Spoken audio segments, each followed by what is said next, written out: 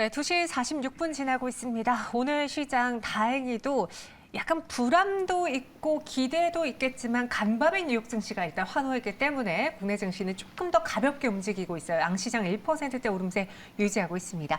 이런 시장 안에서 두 분의 눈에 들어온 종목은 또 뭐가 있을지 김민수 대표, 이상엽 이사와 함께할게요. 어서 오세요. 네, 안녕하세요. 네, 두 분의 레몬 분들과 함께 오늘도 세 가지 특징주 정리해 보겠습니다. 첫 번째부터 만나보시죠.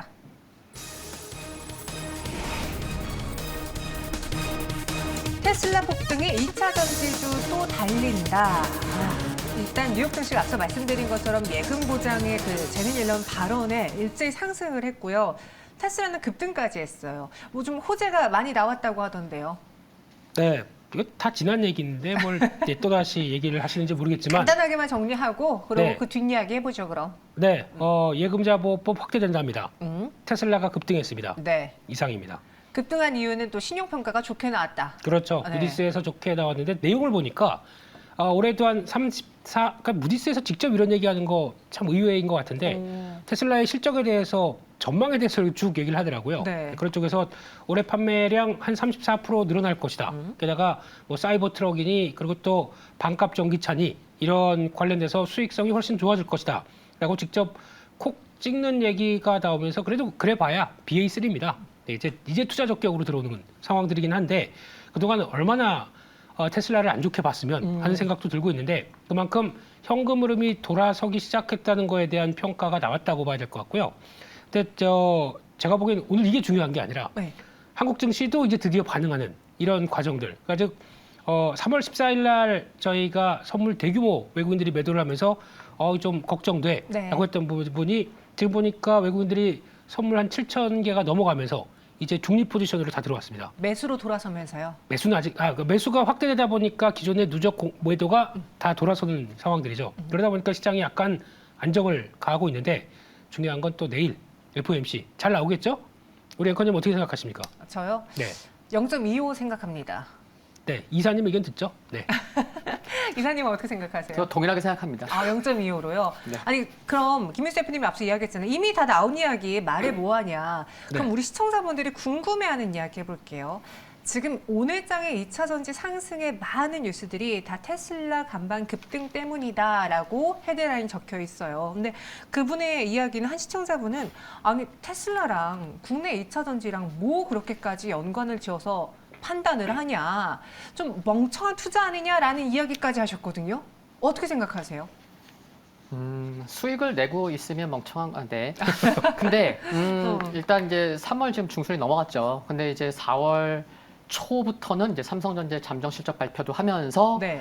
다음 주 화요일 날에는 미국에서 또 마이크론의 실적 발표도 있습니다. 그러니까 제가 드리고자 하는 말씀은 이제 실적 발표를 앞두고 약간의 조금 차별화는 있을지 모르겠지만 또 실적이 좋은 기업들도 꽤 많을 거예요. 그리고 이제 대표님께서도 이제 테슬라의 올해 실적 전망도 말씀해 주셨는데 테슬라가 1분기 실적 기대감도 있네요. 그래서 좀 살펴보니까 올해 들어서 지난 1월까지 최신 자료인데 3월 19일까지의 중국에서의 테슬라의 판매량이 약 10만 6,900대로 추정된다고 하더라고요. 그러면 하루에 몇 대가 팔렸고 그러면 3월 말까지 계산이 될 거고 그러면 이 1분기 실적과 작년 4분기 실적을 비교할 수 있을 텐데 작년 4분기 판매량을 넘어설 수도 조금 있을 것 같아요. 그래서 그런 기대감까지도 지금 테슬라의 좀 기대감으로 주가가 좀 작용하는 것을 봤을 때는 지금 2차 전지 내에서도 우리 실적 좋아, 우리 실적 기대감 모르는 분들도 있겠지만 우리 실적 좋거든 이런 것까지도 지금 주가에 반응하는 기업들도 꽤 있어 보입니다. 그러니까 테슬라의 실적이 좋다라는 거는 뭔가 2차 전지의 또 실적하고도 연결 지어볼 수 있기 때문에 아예 무관하게 되지는 않을 것이다. 그래도 연관이 있을 것이다라는 의견이고 김민수 대표님, 네. 테슬라가 반값 자동차 이야기 계속하고 있잖아요. 네. 근데 이게 보면은 무언가 획기적인 혁신보다는 제조상에서의 비용을 좀 줄이는 데 초점 맞추고 있긴 한데 네. 그렇게 되면은 국내 기업들, 특히 2차 전지 기업들의 뭐 배터리 가격 인하 이런 압박으로 이어지지는 않을 수 있는 거죠? 절대 그럴 리가 없죠. 네, 지금 뭐 이쪽에서 갑이 누굽니까? 배터리. 왜 이렇게 목소리가 배터리? 네. 예, 이쪽이다 보니까 아무래도 배터리 쪽에서는 인하를 시키고 싶어요. 가격을 떨어뜨리고 싶습니다. 안 되지 않습니까? 권한이 없어요. 이쪽에 대해서는 만약에 권한이 있다고 하게 되면 배터리 제조사가 소재 가격들과 함께 변동비로 따져가지고 들어온 정도. 그러면 소재 가격이 많이 낮아지면 그때 우리 조금 생각해보겠다. 이렇게 나오겠죠. 가격 결정권이 없는데 어떤 생산 비용을 낮추겠다라고 하게 되면 뭘 갖고 하느냐. 그러면 쥐어짜는 거죠. 어떤 생산 라인도 이번에 보시면 아시겠지만 뭐 자동화하고 그렇죠. 예, 자동화하고 거기다가 하나로 틀로 그냥 콱 찍어서 만들어내고 하는 이 여러 가지 그러니까 인력이나 아니면 좀 더 어떤 자동화를 시켜서 일을 끌어갈 수 있는 방법밖에 없다라고 하게 되면 이 부분이 가장 또 그나마 잘하는 게 테슬라다 이렇게 알려져 있고 있는 상황들이고요. 또 하나는 그럴 수가 있겠죠. 그러면 반값 전기차를 할 때 배터리 가격을 낮춘다라고 하게 되면 싼 거 내놔야겠죠. 그러니까 즉 주행 거리도 짧지만 그래도 좀 대량 공급할 수 있게라고 하게 되면 그게 뭘까요? LFP죠. 예, 잘 아시네요. 네, 크게 자신 있게 얘기하세요. 괜찮습니다. 혹시 또 틀릴까 봐요. 아, 괜찮습니다. 예, 그런 쪽에서 변화가 기대가 된다고 하다 보니까 국내 업체들도 또 LFP에 대한 얘기가 계속 나오고 있죠. 근데 자세히 보다 보니까 오늘은 이쪽이 아니라 시장이 좀 다른 쪽으로 돌고 있는데요. 어느 쪽이요? 오늘 같은 경우는 일단 지수가 움직이다 보니까 대형주 쪽에서 움직임이 나오기 시작하고 게다가 좀 잊혀졌던 자동차 2월달 판매 대수 괜찮은데 뭐 이런 쪽의 분위기 반도체 쪽도 움직이죠. 맞아요. 예, 보니까 엔비디아랑 삼성전자가 차량용 통신 관련된 8나노급 쪽에 계약하기로 그러니까 만들어내기로 하는 계약을 또 했다라는 얘기 나오다 보니까 이런 또 차량용 또 통신 관련된 칩 얘기 종목들도 좀 움직이면서 약간 조금씩 다변화되는 모습들이 좀 나오고 있다는 것도 하나 오늘 체크해야 될 것 같습니다. 그동안은 딱 2차 전지하면 가장 먼저 떠오르는 양극재 소재단에서의 움직임이 막 나타나고 리튬도 막 나타나고 그런데 안 간 종목이 뭐가 있을까 하다 보니 자동차 잘 팔려 반도체로도 한번 가볼까 이렇게 매기가 확산되고 있다라는 거.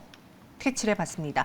마지막으로 2차 전지 핵심 투자 포인트를 좀 정리해 볼게요. 이상엽 이사라면 나라면 현 구간에서 어떤 전략으로 대응해 보시겠습니까?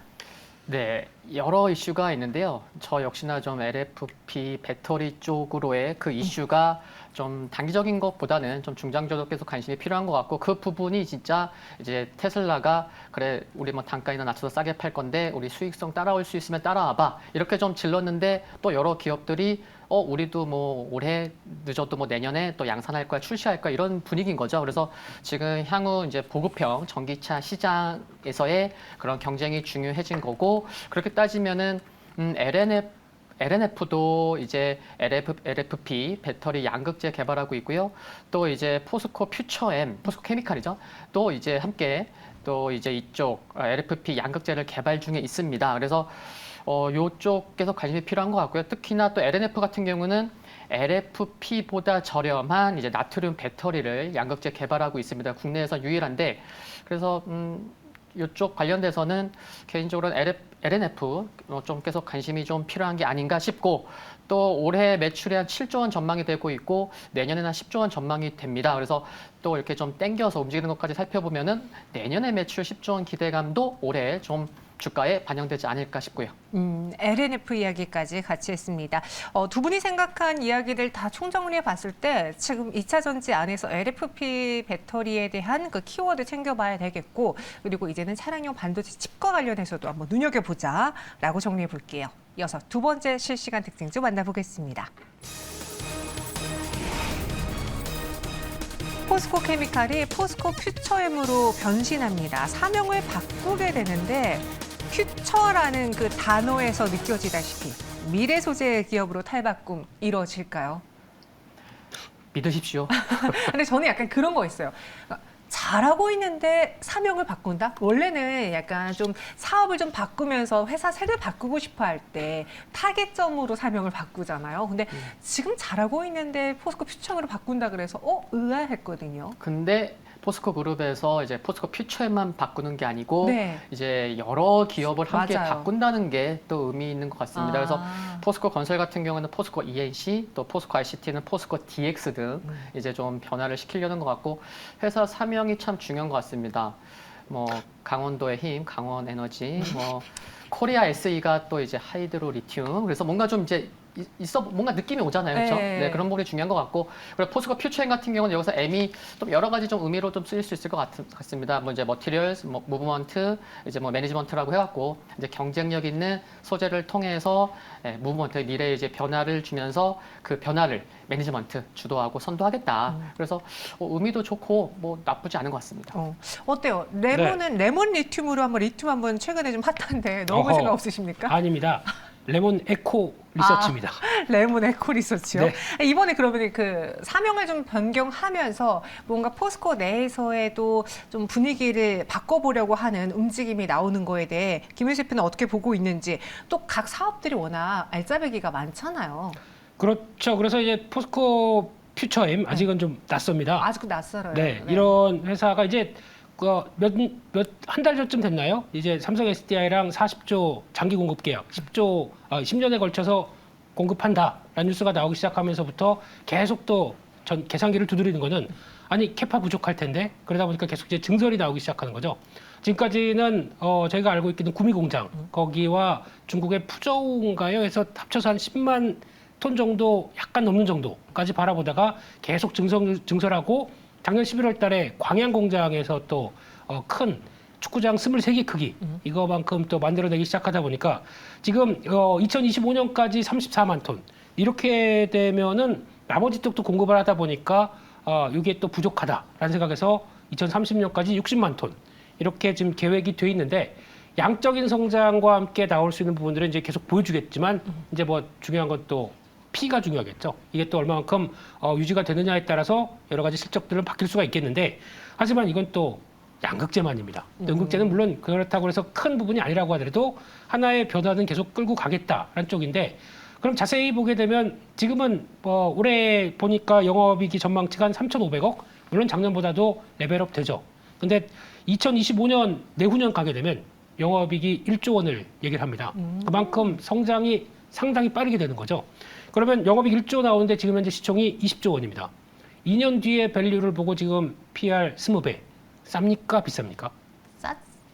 그건 이제 알아서 판단하시고요. 네. 네. 거기까지만 봐야 될 것 같습니다. 그래서 이렇게 됐었을 때 포스코 퓨처엠이 나오게 되면 많이 성장해라. 뒤에 우리가 받쳐줄게. 포스코 홀딩스가 있죠. 이런 쪽에서 제가 알고 있는 이제 상하 공정이라고 하는 모든 부분들, 특히 맨 마지막 단에 있는 공정 같은 경우는 배터리 재활용까지 나오지 않습니까? 이것까지 다 뒤에서 백업하겠다라는 입장이 되다 보니까 이 포스코 그룹이 아쉬운 거는 좀 주인이 없어요. 이게 좀 아쉽죠. 네, 그런데 어느 정도 2차 전지 소재 쪽으로 여러 가지 변신이 나오고 있는 과정들은 계속 긍정적으로 봐야 될 것 같습니다. 여기서 우리 한번 투표 가볼까요? 포스코 그룹주 안에서 하나씩 내 탑픽을 좀 골라보자면 레알 탑픽이요? 아니, 내 탑픽. 예. 내 탑픽을 골라보자면 수익률 관점인 거. 그쵸. 수익률 관점에서 하나 동시에 이야기해볼까요 한번? 포홀. 왜 먼저 말해요? 화난 거 아닙니다. 화난 저도 거. 포스코 홀딩스요. 저는 그러면 포케 포스코 케미칼. 수익률 관점에서 폴도 좋긴 하죠. 많이 왜냐면 좋은데. 밸류로 네. 따지면 포울이 가장 낮잖아요. 근데 그런 밸류보다 네. 이제 포스코 홀딩스 밑에 이제 비상장 자회사들이 쭉 있을 거 아니에요. 이제 거기에 대한 가치들이 얼만큼 부합받느냐라는 쪽인데 당장 내년 초면은 바로 또 리튬 염호가 생산이 들어가는 걸로 알고 있습니다. 그렇게 됐었을 때 가치를 얼마를 쳐줘야 될까요? 라고 하게 되면 포스코 홀딩스에 대한 레벨업은 올라가기는 시간 문제다라고 생각이 들고 있기 때문에 계속 관심 있게 봐야 될 것 같습니다. 이 대표야. 수익률은 포스코 케미칼이야. 라는 게 이상엽 이사님의 의견이신 거죠? 지금 성대모사 하신 건가요? 포스코 케미칼 이야기하시면서 대표님과는 조금 다른 종목 골라주셨잖아요. 근데 종목이야 뭐 거기서 거긴 거 아닌가 싶고 네. 그 리튬 가치가 정말 중요할 것 같긴 하죠. 굉장히 동의하고 또 리튬 관련된 상업 생산이 올해부터 시작이 된다는 게 포커싱에 맞춰질 것 같은데 그게 또 하반기예요. 그래서 상반기보다는 조금 하반기에 좀 수익률 관점에서 기대가 되는 부분은 있다. 그리고선 이제 올해는 재활용 리튬, 내년엔 광석 리튬, 또 2025년에는 염수 리튬까지 이제 생산되면서 가치가 점점 커질 수 있는 것에 동의하고요. 좀 중장기적인 관점에서는 포홀 괜찮죠. 네. 포스코 홀딩스, 포스코 케미칼, 포스코 엠텍은요? 요즘 원자재 이야기하면서 많이 거론되던데. 패스하겠습니다. 알겠습니다. 이렇게 두 번째 특징주 알아봤고요. 세 번째로 바로 넘어가 보시죠. 자, 챗 GPT 그리고 엔터, 모빌리티까지 재료보자 카카오 이제는 갈까요? 한국판 챗 GPT를 선보였다고 하는데 사용자가 폭주해서 하루 만에 중단했대요. 이 챗 GPT의 시류에 카카오가 가만히 있을 수가 없었나 봐요. 네, 저도 한번 써보려고 했는데 써보질 못했는데. 네, 중단돼서요. 네, 그래서 이게 19일 3시에 이제 베타 서비스가 오픈이 됐고, 이제 그 다음 날, 거의 이제 하루 만에 이제 생각보다 많은 이제 사용자가 있다 보니까 이제 뭐 중지가 된 거죠. 다시 한번 이제 뭐 재정비하려고. 근데 카카오가 AI 쪽에 굉장히 관심이 많고, 네. 근데 카카오뿐만 아니고 뭐 정말 뭐 주식과 관련돼서도 정말 많은 기업이 있듯이, 근데 카카오 쪽에서 본다고 하면은 최근에 좀 이들 기업에 좀 관심이 많이 필요할 것 같아요. 카카오가 지분을 100% 보유하고 있는 카카오 브레인, 또 카카오가 지분 100% 보유하고 있는 카카오 헬스케어. 이 두 개에 좀 관심이 많이 필요할 것 같은데, 카카오 브레인 같은 경우에는 이제 뭐 이미지 생성 AI 모델과 AI 헬스케어에 집중하겠다라고 이제 이미 뭐 발표를 한 상황이고, 그럼 여기서 보면은 AI 헬스케어도 있잖아요. 그럼 당연히 이렇게 이어지면서 네, 카카오 헬스케어도 좀 관심이 필요한 거죠. 그래서 올해 3분기에 혈당 관리 서비스 3분기에 출시할 것으로 기대가 되고 있고, 또 내일부터 이틀 동안 코엑스에서 제13회 메디컬 코리아 2023이 열리는데, 네. 기조연설이 2명이라고 하더라고요. 근데 그 기조연설 2명 중에 1명이 황희 카카오 헬스케어 대표인 거죠. 그래서 카카오가 이쪽 헬스케어도 굉장히 관심이 큰데, 최근에 또 이번 주에 나온 뉴스를 살펴보면은 카카오가 카카오 헬스케어를 통해서 이제 의료 플랫폼에 진출하겠다. 그래서 이제 카카오톡만을 이용해서 뭐 병원 예약도 하고 결제도 하고 또 이제 보험 청구나 주차비까지 이제 계산하는. 그래서 참 카카오가 AI 또 이제 헬스케어. 그래서 말씀드렸던 이 두 기업, 카카오 브레인이나 카카오 헬스케어 관련된 뉴스에 좀 많은 관심이 필요할 것 같습니다. 한때 이 문어발식 사업 확장이라고 하면서 정부에 약간 매를 맞았던 카카오였잖아요. 네. 근데 요즘은 또 그거에 대한 이야기가 잠잠하고 있던 찰나에 방금 말한 헬스케어 이야기 있죠. 그리고 이번에는 영국 플랫폼 스플리트를 인수하면서 모빌리티 쪽 사업도 더 키우려고 하고 있고, SM 인수 끝이 나서 엔터 쪽도 있고, 요즘은 조용하지만 카카오 한때 웹툰으로도 저희가 투자 포인트를 잡았는데, 이렇게 사업 영역이 많은 카카오 이제는 좀 기대해보고 주가적으로도 시동 걸 수 있을까요? 자, 여기서 또 중요한 문제가 생기죠. 네. 우리 앵커님께서는 지금 이런 내용 나왔는데 카카오 사고 싶으세요? 전 네이버요. 카카오 답은 나왔습니다. 네, 답은 나왔다고 생각되고 있고요. 네. 근데 지금 어떤 시장의 약간 매크로한 환경도 살펴봐야 될 부분이 나오는 게, 네이버도 좋고 카카오도 좋은데 이 인터넷 플랫폼과 관련된 성장주들은 네. 이제 이번에 내일 이제 FOMC 회의에서 얘기가 나오겠죠. 이제 금리 상단부가 이제 점도표 찍으면서 어느 정도까지가 나오기 시작하게 되면 시장 반응이 이제 금리 다 왔다라고 생각했을 때, 그동안 작년에 상당히 고생했던 쪽이 이런 높은 밸류 때문에 많이 주가가 하락했던 성장주 개념들이죠. 그렇죠. 이게 좀 반영이 되면서 좀 꿀럭꿀럭하는 움직임이 나오지 않을까라고 하게 되면, 지금부터는 그게 확인됐을 때는 봐야 될 또 하나의 섹터다라고 봐야 될 것 같고요. 또 하나가 제대로 또 움직이지 못했던 것 중에 하나가 게임주겠죠. 게임주도 그런 강한 밸류의 압박 때문에 꺾인 부분들이 어떻게 좀 돌아갈 수 있는지를 봐야 되는 것도 하나의 숙제가 아닐까라는 쪽도 한번 내일 FOMC를 통해서 저희가 챙기는 섹터는 요거. 근데 물론 이제 점도표가 아직도 저만큼 또 나가 있다라고 하게 되면 시장 자체도 충격일 거고요. 여전히 종목의 변화는 나오지 않을 텐데, 그런 시그널만 본다고 하더라도 일단은 성장주의 개념들은 지금 다시 보자라고 봐야 될 것 같습니다. FOMC 회의 결과 금리 인상 중지 시그널이 나온다면은 성장주가 부각될 것이다. 그래서 이쪽도 한번 다시 봐야 되지 않겠느냐. 실제로 외국인 기관 이런 수급적인 면에서는 카카오 어떻습니까? 네, 메이저의 수급을 보면은 네이버보다는 카카오가 좀 더 나은 상황인데, 오, 그- 저랑 반대네요. 전 개인이니까요. 네, 오늘 사야 되나? 네. 네, 근데 올해만 놓고 보면요, 기관의 순매수, 카카오 같은 경우에는 올해 순매수 기관의 상위 20위에 딱 걸려 있네요. 그런데 이제 네이버는 좀 보기 어렵고, 그래도 카카오가 지금 외국인 순매도 3위인데, 지금 주가의 등락과 수급을 정확히 매칭시키면서 좀 자세히 살펴보면은 기관의 수급과 좀 많이 좀 주가가 좀 이렇게 영향을 좀 받고 있습니다. 그래서 기관의 수급 좀 관심이 필요할 것 같고, 좀 금리 인상, 뭐 최종 금리에 따라서 뭐 주가 등락은 있을 텐데 관심 이쪽에도 플랫폼 쪽에도 관심이 필요할 것 같고요. 조금 더 뭐 중장기적으로 좀 보시는 분들 입장에서는 카카오 엔터 상장 일정에도 좀 관심이 필요할 것 같습니다. 뭐 늦어도 내년 초에는 상장하지 않겠나 시장에서 그렇게 보고 있는데 관련된 뉴스에도 관심이 필요할 것 같습니다. 네. 지금 기관의 순매수 그리고 외인의 순매도 3위, 카카오까지 봤습니다. 이렇게 세 가지 실시간 특징 좀 알아봤고요. 김민수 대표, 이상엽 인사드릴게요. 오늘 설명 고맙습니다.